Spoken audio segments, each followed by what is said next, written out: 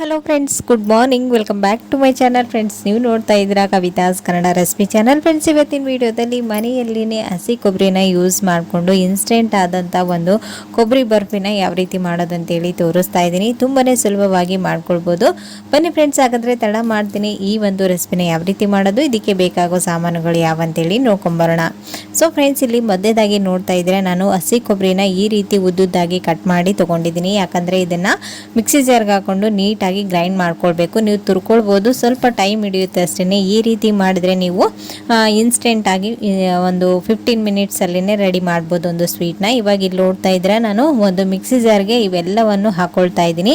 ಹಾಕ್ಕೊಂಡು ಇದನ್ನು ಈ ರೀತಿಯಾಗಿ ನುಣ್ಣಗೆ ಗ್ರೈಂಡ್ ಮಾಡಿ ತೊಗೊಳ್ಬೇಕು. ಇಲ್ಲಿ ನೋಡ್ತಾ ಇದ್ದೀರಾ, ಈ ರೀತಿ ಮಾಡಿ ತೊಗೊಳ್ಳಿ. ಒಂದೊಂದು ಪೀಸ್ಗಳಿದ್ರೆ ಅದನ್ನು ಸಪ್ರೇಟ್ ಮಾಡಿಕೊಂಡು ನೆಕ್ಸ್ಟ್ ಬ್ಯಾಚಲ್ಲಿ ಅದನ್ನೇ ಮತ್ತೆ ಗ್ರೈಂಡ್ ಮಾಡಿಕೊಂಡು ನೀವು ಸೇರಿಸ್ಕೊಳ್ಬೋದು. ಈ ಬರ್ಫಿ ಮಾಡುವಾಗ ಕೊಬ್ಬರಿ ಸ್ವಲ್ಪ ಈ ರೀತಿನೇ ಇರಬೇಕು. ಇಲ್ಲಿ ನೋಡ್ತಾ ಇದ್ರೆ ಇಷ್ಟು ತರಿಯಾಗಿದ್ದರೆ ಸಾಕು.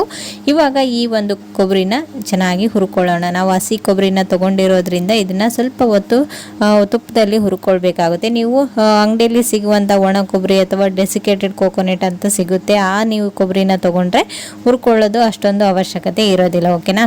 ಇವತ್ತು ನಾವು ಹಸಿ ಕೊಬ್ಬರಿನ ಯೂಸ್ ಮಾಡೋದ್ರಿಂದ ಈ ಒಂದು ಪ್ರೊಸೀಜರ್ನ ನೀವು ಫಾಲೋ ಅಪ್ ಮಾಡಲೇಬೇಕು.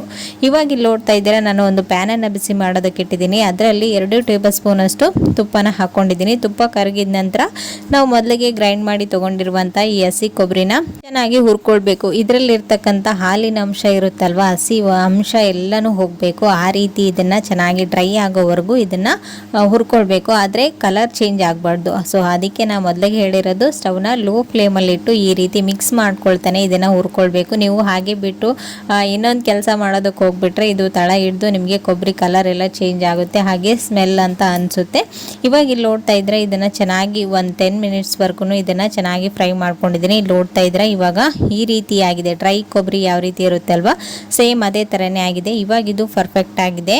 ಇವಾಗ ನಾವು ಇದಕ್ಕೆ ಇನ್ನೊಂದು ನೆಕ್ಸ್ಟ್ ಇಂಗ್ರೀಡಿಯೆಂಟ್ಸ್ನ ಆ್ಯಡ್ ಮಾಡೋಣ. ಅದೇನಪ್ಪ ಅಂದರೆ ಹಾಲು. ನಾವಿಲ್ಲಿ ಎಷ್ಟು ಕ್ವಾಂಟಿಟಿಯಲ್ಲಿ ತೊಗೊಂಡಿರ್ತೀವಿ ಅಂದರೆ, ಒಂದು ಬೌಲ್ನಷ್ಟು ಕೊಬ್ಬರಿ ತೊಗೊಂಡ್ರೆ ಅದರ ನೀವು ಮುಕ್ಕಾಲು ಭಾಗದಷ್ಟು ಅಂದರೆ 1/3 ಭಾಗದಷ್ಟು ನೀವು ಹಾಲನ್ನು ಸೇರಿಸ್ಕೊಳ್ಳಿ.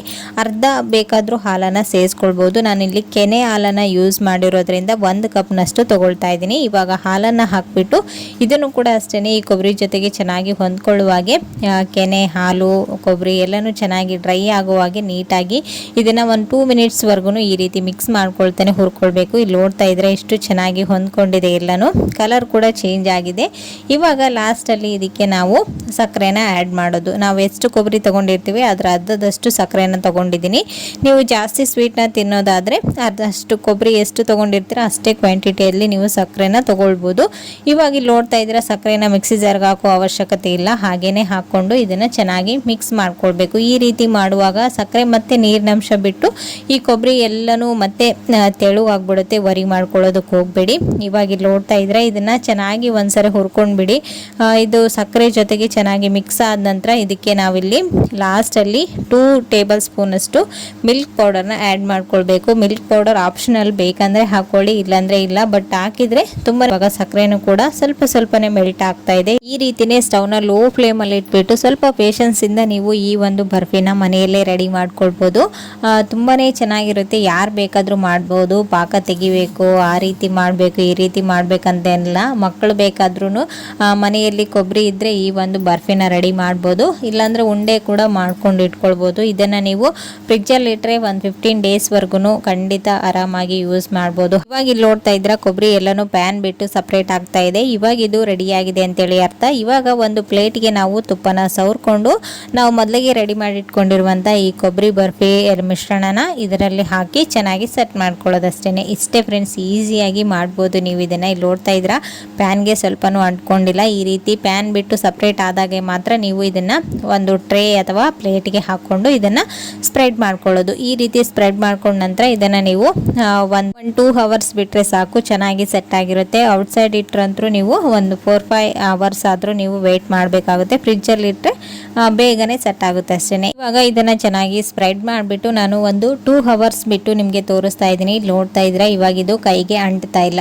ಈ ರೀತಿ ಅಂದಾಗೆ ಮಾತ್ರ ಇದು ಚೆನ್ನಾಗಿ ಸೆಟ್ ಆಗಿದೆ ಅಂತೇಳಿ ಅರ್ಥ. ಇವಾಗ ಇದನ್ನ ನೀವು ಯಾವ ಶೇಪ್ಗೆ ಬೇಕೋ ಆ ಶೇಪ್ಗೆ ನೀವು ಇದನ್ನು ಕಟ್ ಮಾಡ್ಕೊಳ್ಬೋದು. ಒಂದು ವೇಳೆ ನಿಮಗೆ ಶೇಪ್ ಬರ್ತಾ ಇಲ್ಲ ಬರ್ಫಿ ಶೇಪ್ ಅಂತಂದರೆ ನೀವು ಉಂಡೆ ಕೂಡ ಕಟ್ಕೊಳ್ಬೋದು. ನಾನು ಮೊದಲಿಗೆ ಹೇಳಿದ್ದೀನಿ. ಇವಾಗ ಇಲ್ಲಿ ನೋಡ್ತಾ ಇದ್ರೆ ಎಲ್ಲನೂ ಚೆನ್ನಾಗಿ ನಾನು ಒಂದು ಸ್ಕ್ವೇರ್ ಶೇಪಲ್ಲಿ ಕಟ್ ಮಾಡಿ ತಗೊಳ್ತಾ ಇದ್ದೀನಿ. ಸೊ ಫ್ರೆಂಡ್ಸ್, ನೋಡಿದ್ರಲ್ವಾ ಎಷ್ಟು ಸುಲಭವಾಗಿ ನಾವು ಮನೆಯಲ್ಲೇ ಒಂದು ಇನ್ಸ್ಟೆಂಟ್ ಆದಂತಹ ಕೊಬ್ಬರಿ ಬರ್ಫಿನ ರೆಡಿ ಮಾಡ್ಬೋದು ಅಂತೇಳಿ.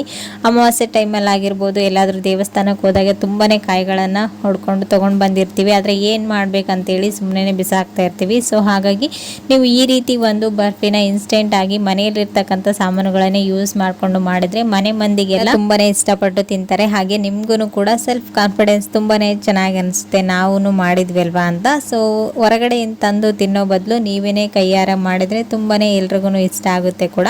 ಸೊ ಫ್ರೆಂಡ್ಸ್, ನೋಡ್ತಾ ಇದ್ರೆ ಎಷ್ಟು ಚೆನ್ನಾಗಿ ಬರ್ತಾ ಇದೆ ಅಲ್ವಾ ಬರ್ಫಿ. ಬಾಯಲ್ಲಿಟ್ಟರೆ ಕರಗಬೇಕು, ಅಷ್ಟು ಟೇಸ್ಟಿಯಾಗಿ ಚೆನ್ನಾಗಿತ್ತು.